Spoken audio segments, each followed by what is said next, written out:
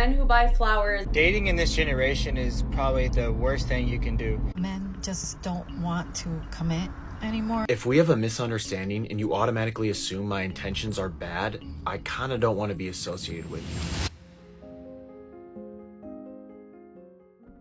According to a widely cited research survey, 63% of men under the age of 30 are single, compared to just 34% of women. That's nearly a 2-to-1 difference. At the same time, surveys consistently show that most men say they want a family and marriage someday. So something isn't adding up. Because if men say they want relationships and women say they can't find good partners, why are both sides becoming convinced more and more that the other one is the problem? The answer may have less to do with men or women themselves and more to do with the ideas that are shaping how men and women perceive one another. Because culture doesn't just shape behavior, it shapes how we interpret behavior. It shapes what we assume about motives, and it shapes what we believe certain actions mean, which means two people can experience the same exact interaction and walk away with completely different conclusions. And that is one of the elements that's impacting the relationships between men and women right now. Imagine two people describing the same exact interaction and experience, but interpreting it completely differently. A man might say, I have to be really careful about how I speak about dating or even how I approach women today, because people, unfortunately, assume the absolute worst about my intentions. And a woman might say, men have no idea how frustrating and difficult it is to date in today's dating market. And a man hears that and thinks, you have so many more options than I do. What are you talking about? And now, not only do both parties feel misunderstood, but they get completely defensive. And both sides come to the conclusion that the other one is not experiencing reality clearly. And this is one of the elements that has driven the gender war. Now, what most people are missing isn't the fact that both sides are disagreeing. It's why they're disagreeing. And a lot of this comes down to interpretation.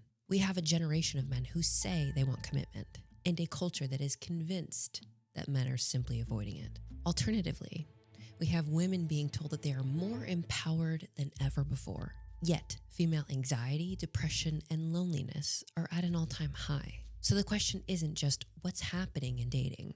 The deeper question is this: what ideas and narratives are shaping how men and women interact and interpret one another? Because again, culture and narratives don't just shape behavior, they shape how we interpret what the other person's behavior means. It shapes what we assume certain actions have underlying motives about, and ultimately it convinces us that we can assume intention behind an action. And increasingly, men and women are interpreting certain behaviors under completely different and contradictory ideological lenses. And that's when conversations stop being about reality and start being about narratives. And when narratives replace reality, there's something else that happens. People, well, they stop speaking honestly. They start calculating, they start filtering, and ultimately they start conforming. When language becomes controlled, you have to choose your words carefully.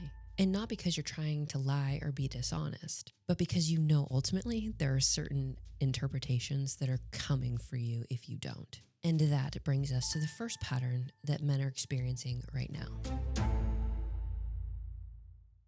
One of the biggest mistakes in the conversation today is assuming that when men go quiet, it just means that they have nothing meaningful to say. But a lot of men, they aren't silent because they have nothing to say. They're silent because they got really good at reading the room. They're calculating reputational cost. They're anticipating the next label, and they're deciding whether honesty is worth the friction that ultimately it will create. And that's not cowardice, that's adaptation. In a 2024 Pew survey, 83% of Americans said that it was somewhat likely that social media companies censor viewpoints that they would find objectionable. Now, whether or not that perception is accurate isn't the point. The point is that people believe that free speech or true speech carries consequences. And when people believe that free speech or speaking honestly carries social, financial, or reputational risk, something very predictable happens. They begin editing themselves. Again, not always out of pure dishonesty.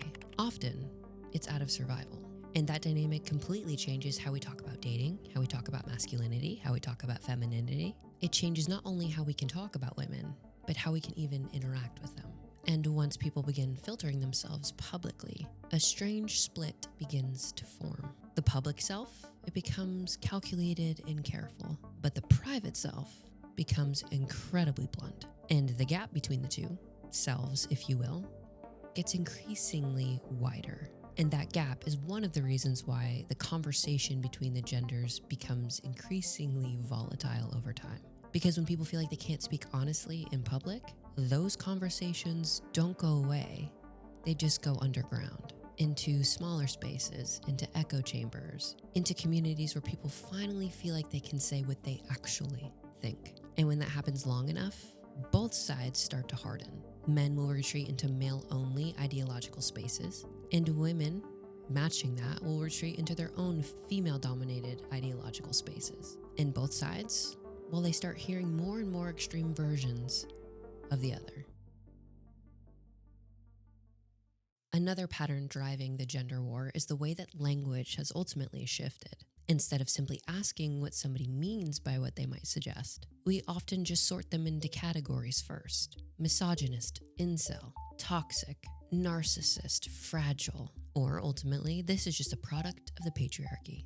Now, to be clear, some of these labels do describe real behaviors. Some men are manipulative. Some men are resentful. Some men are completely irresponsible. Just like some women are manipulative. Some women are incredibly entitled, and many of them are opportunists. But labels can serve two very different purposes. On one hand, they can clearly identify a pattern. On the other, they can completely shut down dialogue or thought. And increasingly, labels are being used as interpretive shortcuts. The moment somebody hears a statement that they don't like, the goal is not to seek understanding anymore. The goal has become classification. What kind of person says that? And once identity replaces inquiry, well, conversation completely collapses. And that collapse is one of the engines driving this gender war. Now, let me pause here for a second, because this is where this conversation tends to break down.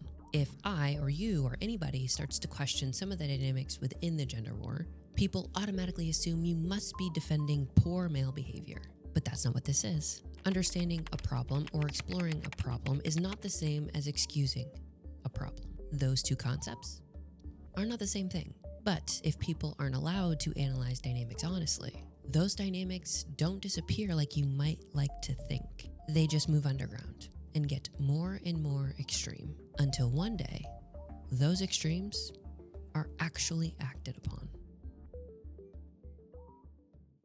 Now, another layer of tension comes from emotional interpretation. Men and women often express emotional processing differently, and I've talked about this at length in one of my previous videos. But modern culture tends to evaluate emotional intelligence from a very narrow lens, one that specifically mirrors female communication styles. Verbal processing, emotional transparency, continuous discussions of your feelings. But men regulate their emotions very differently. They tend to metabolize stress through action. They tend to process conflict internally, and they tend to stabilize themselves through problem solving. So instead of outwardly expressing all of the emotions that they're experiencing, they tend to regulate their emotions through composure, which is a strong sign of emotional intelligence, by the way. What's important about understanding this is recognizing what happens when there are consistent misunderstandings. When the male style is misunderstood, it can create a constant misreading of male behavior. A man can and is capable of carrying an enormous amount of emotional weight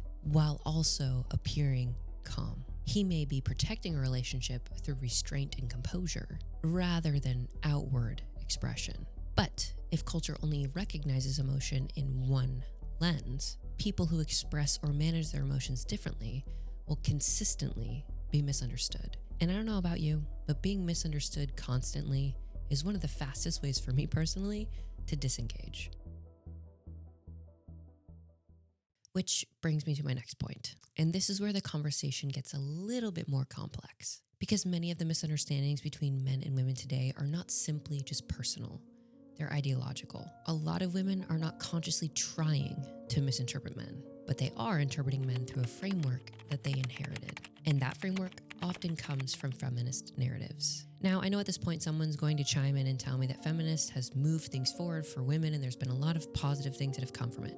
Okay, I think a lot of people can acknowledge that there's been some progress as a consequence to it. But you also have to acknowledge that that's not all that it's done. And ultimately, in truth, the influence that it's had has not ultimately been a net positive. And I've done many videos on this subject as well. The point is that movements also create narratives about reality. Stories about power, stories about victimhood, stories about who's trustworthy and who's dangerous. And over time, some of those stories have moved into plain assumptions. Assumptions like men, as a class, are completely privileged. Men are the reason that we haven't reached equality. Men are emotionally underdeveloped. Men fear strong women. Men aren't loyal. All men cheat. All men are trash, and all the rest. When those assumptions become the interpretive starting point, something else also happens. Male behavior begins to be filtered through suspicion. Leadership, which we say we want, suddenly becomes control.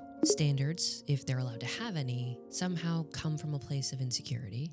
If they proceed with caution instead of jumping right in and giving you everything, that's a form of immaturity. And if they have any boundaries, God forbid, that's somehow a reflection of their own fragility. And men start to begin to feel like they're not being interpreted as individuals, but as the formal representative of a category of people. Now again, here's the important nuance. Many women, not all women, but many women, are not doing this consciously or intentionally to be malicious. They are repeating a cultural narrative in morality that has become normal and encouraged. And language creates emotions. Emotions create thoughts. And thoughts, will they inevitably dictate behaviors or how people behave?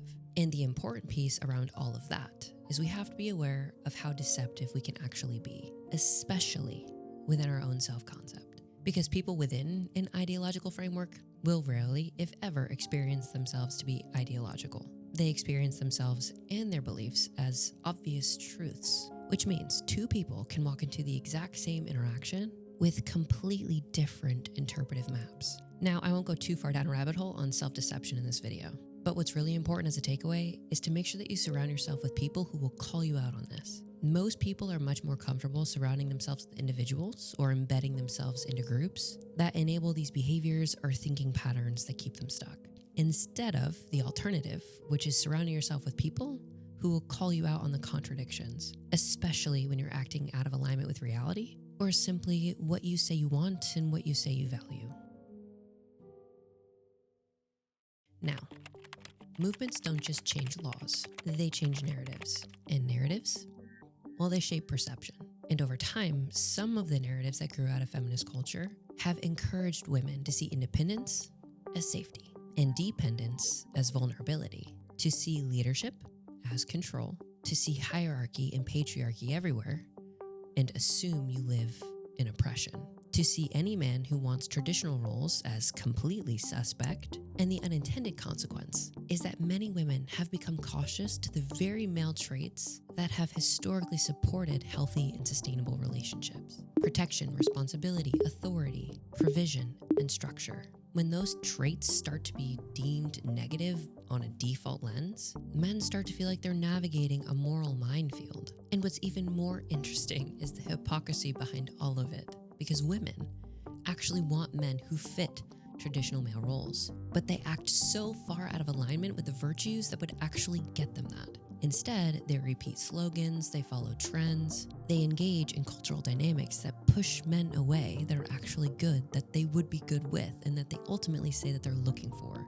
Meanwhile, engaging in behaviors that signal for short-term mating, or the dark triad Chad type bros, which ultimately only reinforces the all men are trash narrative. It has absolutely nothing to do with the majority of men who are good, but it is a strong reflection of their subconscious programming, driving them to engage in short-term dating dynamics, unbeknownst to them. Because it's cool, it's trendy, it's the in-group think stuff. And even worse than all of that, many of them have been indoctrinated to believe that short-term hookup culture is empowerment and freedom and positive, that sex is ultimately meaningless, and that their bodies are nothing but a mechanism of pleasure and lust. Guys can sleep around, but if we do it, like, we get horny too. Yeah. It's okay if we just want to hook up once in a while and have it just be that. While deep down, many of them believe, even if they engage with and approve and support the whole friends with benefit thing, that eventually they will be the exception and change that man's mind. But eventually, he will discard them and find the next opportunity. And they learn the hard way that those types of men create nothing but hurt. Not because the guy himself was completely dishonest. He might have been very transparent. He wasn't looking for anything. But because women in this demographic always think they're the exception and they choose to play with fire, and then they get burned. However, as they say, hell hath no fury like a woman scorned. So they scorch the earth, or TikTok, with these misandrous narratives discouraging young women from seeking relationships because it is their own manifestation from a place of pain, humiliation, and likely shame. But ultimately, it's easier to point the finger at all men instead of look yourself in the mirror and examine yourself. And that is one very important element of this whole gender dynamic war that isn't talked about really, but should be.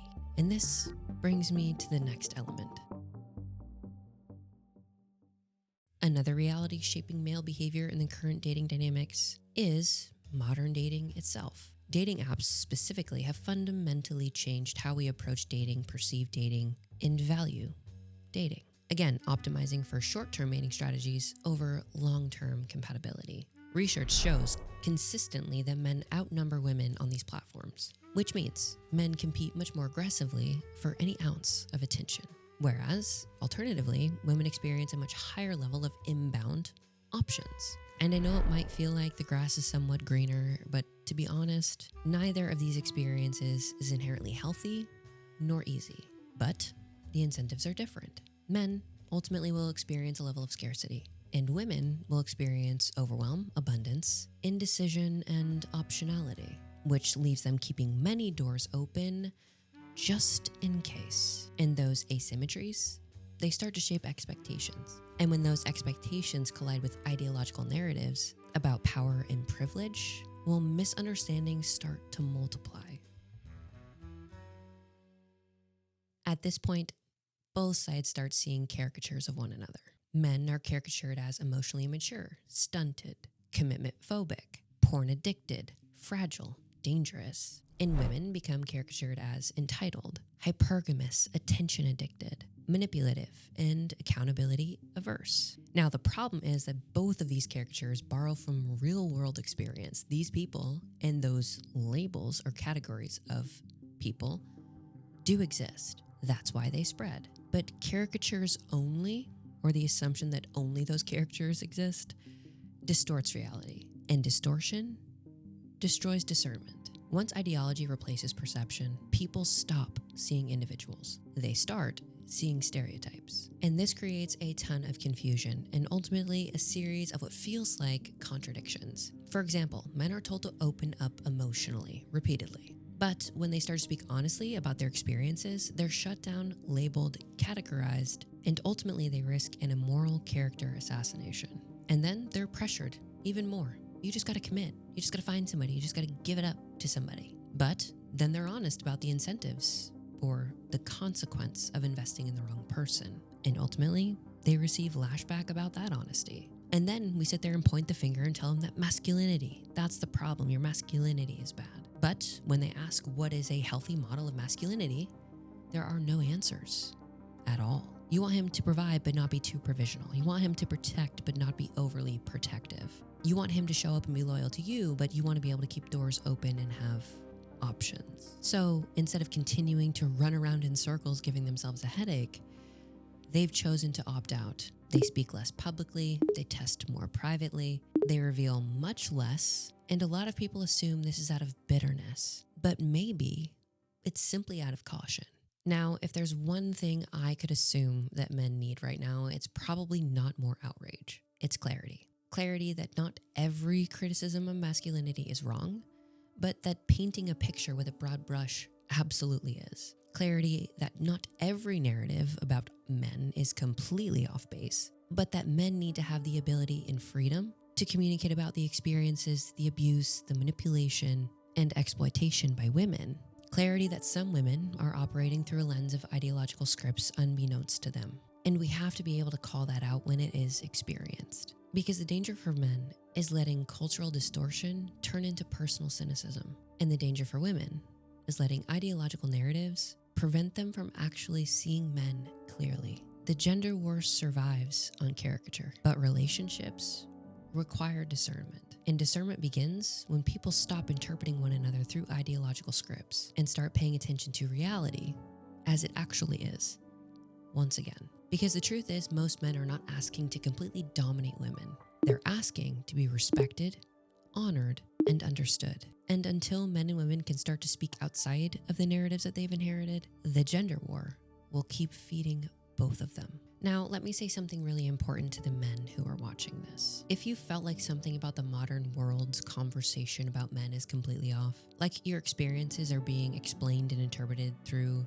assumptions that you didn't choose, you're not crazy for noticing that. There are real, loud, and repeated cultural narratives that are shaping how men are seen, respected, and interpreted right now. But here's the part that matters just as much. If you let those narratives turn into complete cynicism about all women, you have fallen into the exact same trap, because this entire gender war feeds on distortion. It distorts men to women, but it also distorts women to men. Because a man who begins to see all women as entitled, manipulative, hypergamous, or non-loving and committal, he will eventually sabotage the good ones. Just like if every woman decides to see every man as oppressive and controlling, lustful, or emotionally stunted, she will repel the men who are capable of providing, protecting, leading, and honoring her. Because if this pattern continues where we just assume the intentions and the character of another person through ideological scripts, relationships stop being possible. So the real change isn't completely fixing or overhauling data. One person cannot possibly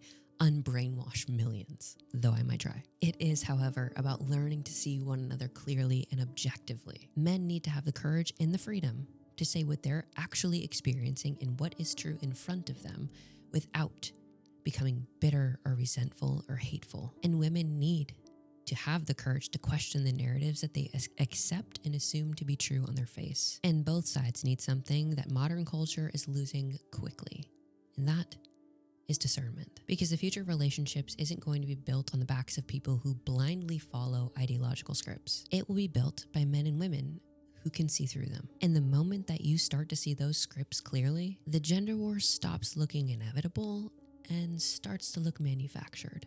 But that will be a subject covered in my next video. If you liked this video, then I think you'll like this one too. And if not, then respectfully, fuck off. Good job.